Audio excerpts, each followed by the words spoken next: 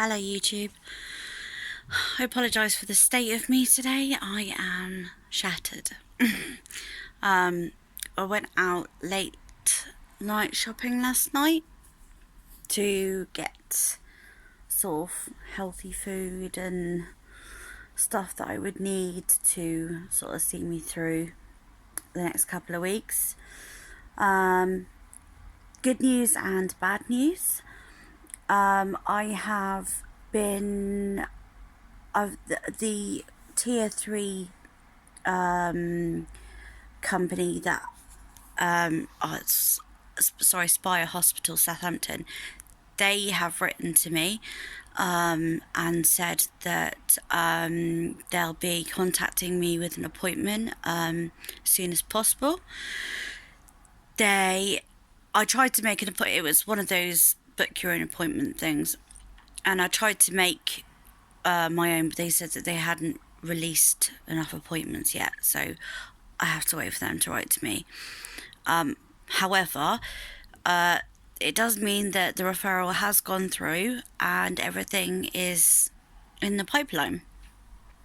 Bad news, I didn't lose weight this week.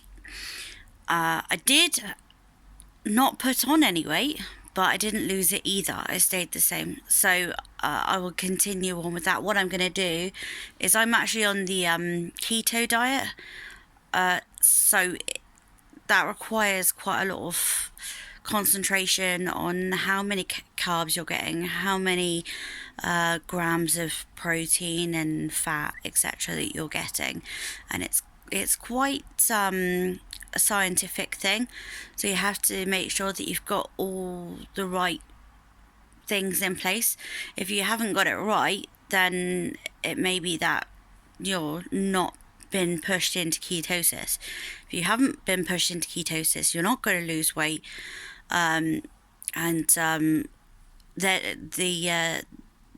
your body is not going to be burning fat.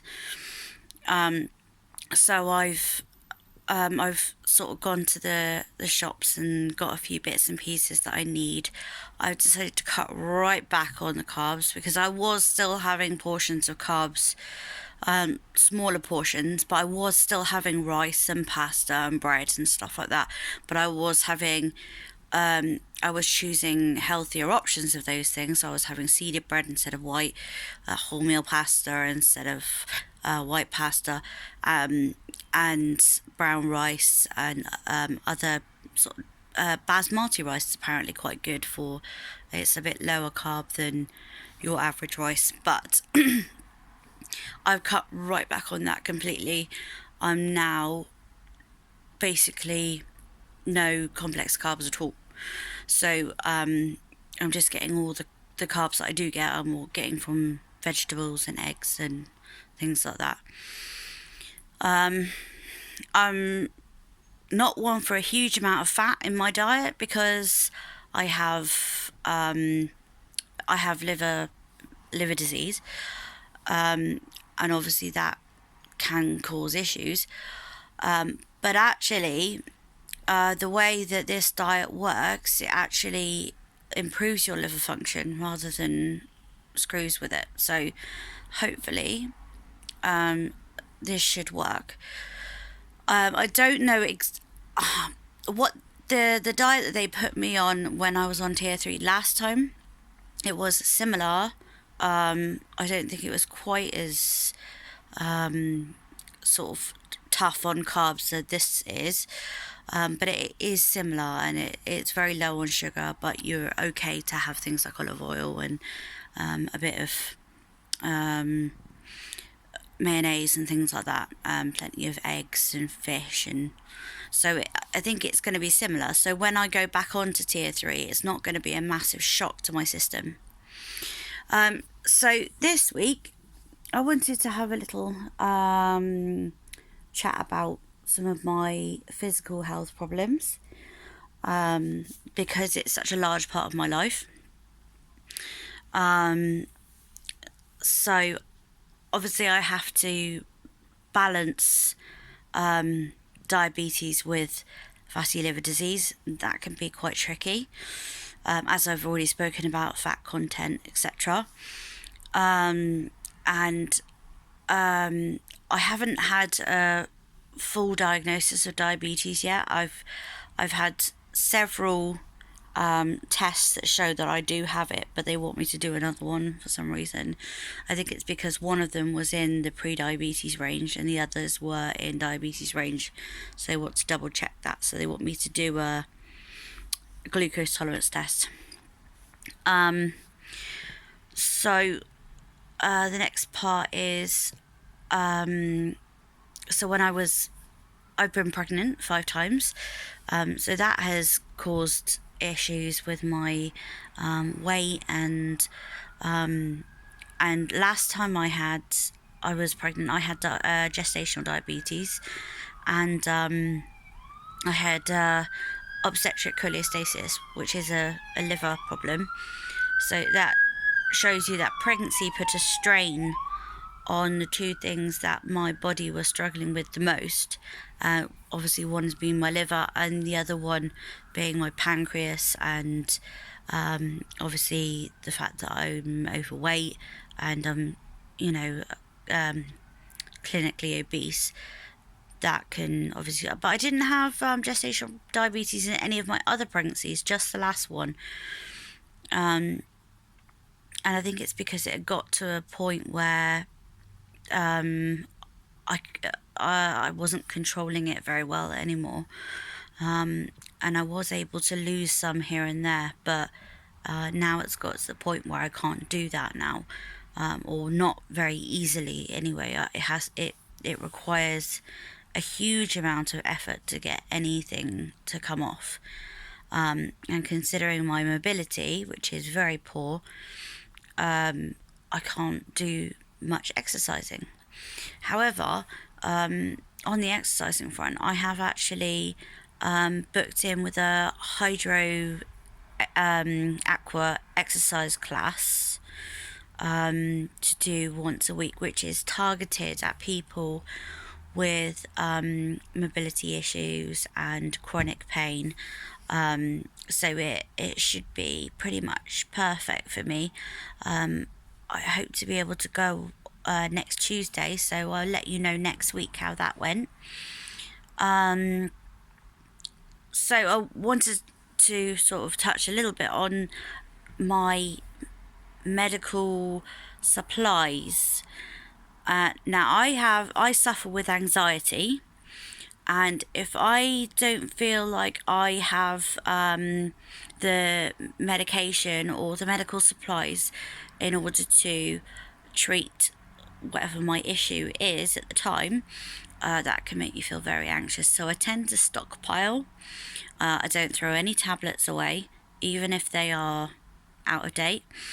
It's probably not a good thing, I know. And I have got in trouble with it at the hospital before when I've taken some tablets in, because they ask you to take all medications with you whenever you go into hospital. And they've said, this is like 3 or 4 years out of date. And I'm like, well, it still works.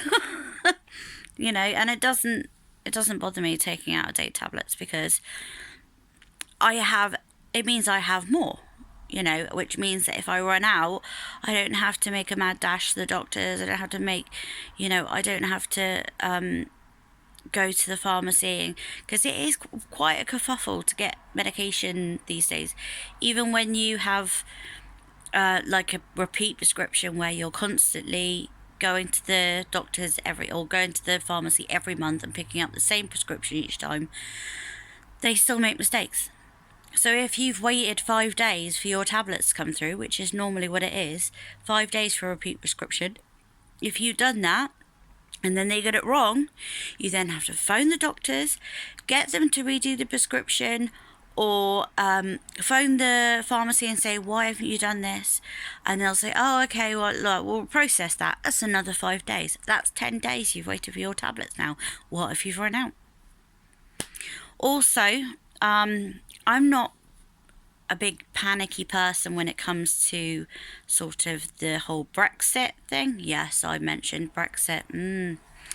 But, and this is a big but, a bit like mine, has been some rumours as to the possibility of there being some medications that are difficult to get hold of.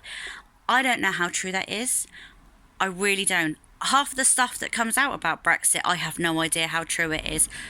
No one in England really does. I don't even think May does, to be honest. But I won't get political. But part of my anxiety, that's worrying me, because I'm thinking, what if I can't get my tablets? What if it's made, I don't know, in Germany, and for some reason that they can't sort it out until Brexit is over and done with, and or until we set up a new trade deal or something like that. It does worry me. So that I'm not a food stockist. I don't doomsday prep or anything like that. I buy weekly, monthly, that sort of thing, and I don't stock up. Medications, different thing. And but in order to be able to stock your medication in the best way, you have to miss doses, and I can't do that. So therefore, anything that I have left over, I keep, and even stuff that I've stopped taking and that I no longer take. Tablets that I haven't taken for years, I still have them, because what if I go back on them and then I'll need a secondary collection of them.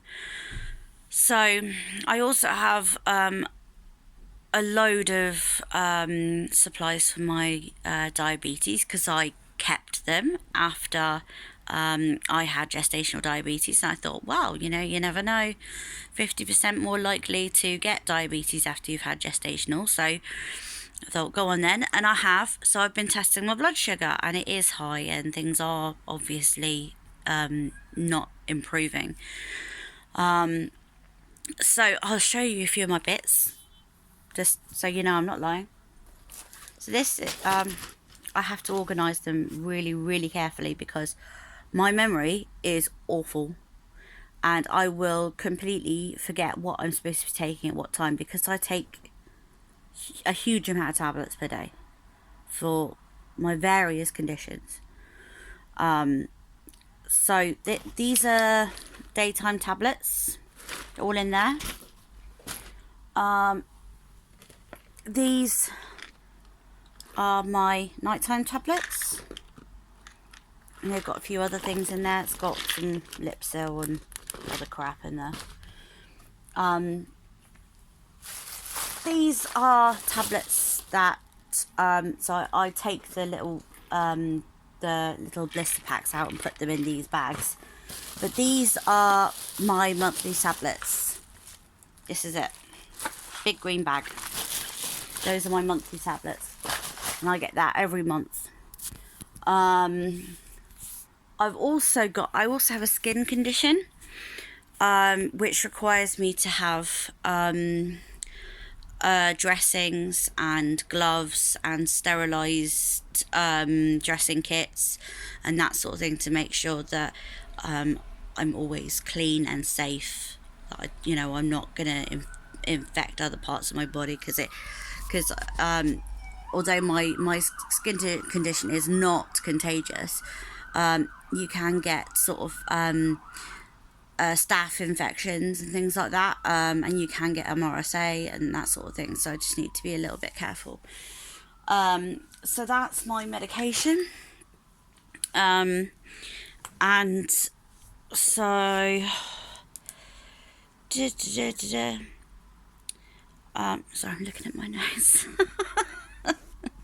I told you my memory is terrible. That was pretty much it for this week, but I just wanted to just reiterate the medical thing. That is my biggest sort of push into getting surgery, because I'm worried, and I've pretty much been told this straight off the bat. I'm worried that I won't get to see my children grow up. I can't even run around after them at the moment. So am I really being the mother I want to be? No, So, but at least I should be able to watch them grow up and have children of their own. And that really scares me. And not being here to help my husband bring them up, that's probably my biggest fear. And obviously, my anxiety really doesn't help the sort of feeling that I get where I think, you know, are my medical conditions just going to eventually just kick me in the face and just go, right, that's it. You've had your lot. You were given this life and you pretty much screwed it up. You know, you were selfish, had children, but you didn't have the balls to see it through. Yeah. So that's the thought I leave you on. I hope you have a fabulous week, and I hope to see you next week with some good weight loss news and perhaps an appointment from Tier 3. Next week I will go into the depths of Tier 3 and what it involves, and what I went through last time, and how the tier system works. But for now, I hope you have a great day. Bye.